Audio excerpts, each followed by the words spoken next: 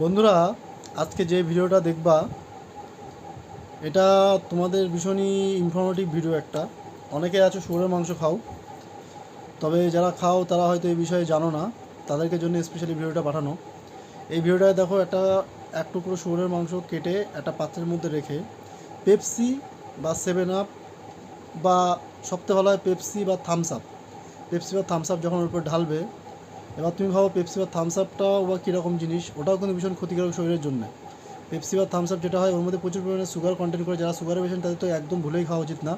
আর Pepsi বা Thums up যেটা, ওটা কিন্তু এক প্রকার পুরো অ্যাসিডের মতো। যদি বিশ্বাস না হয়, ওটা তোমরা বাথরুমের মধ্যে ঢেলেও দেখতে পারো, পুরো একদম সেম অ্যাসিডের মতো পরিষ্কার হয়ে যাবে। এবার আসি মেন টপিকে। এই পেপসি বা থামস আপ যেটা আছে, ওটা এক টুকরো মাংসর মধ্যে, মানে মাংস রাখবে একটা প্লেটের মধ্যে, যেরকম দেখছো ভিডিওতে। তারপরে যখন পেপসি বা থামস আপটা ঢালবে, দেখবে ওর ভেতরে, মানে ওই শূকরের মাংস, পর্কের ভেতরে যে ফিতা কৃমিগুলো থাকে, ঠিক আছে, এগুলো দেখো কীরকমভাবে বেরিয়ে আসছে। এবার ভাবো, তোমরা যখন এই শূকরের মাংসগুলো খাও, তখন ভাবো তোমাদের শরীরের মধ্যে ঢুকে যায়, তখন তোমাদের শরীরে কী পরিমাণে, মানে হিডেনভাবে ক্ষতি করে।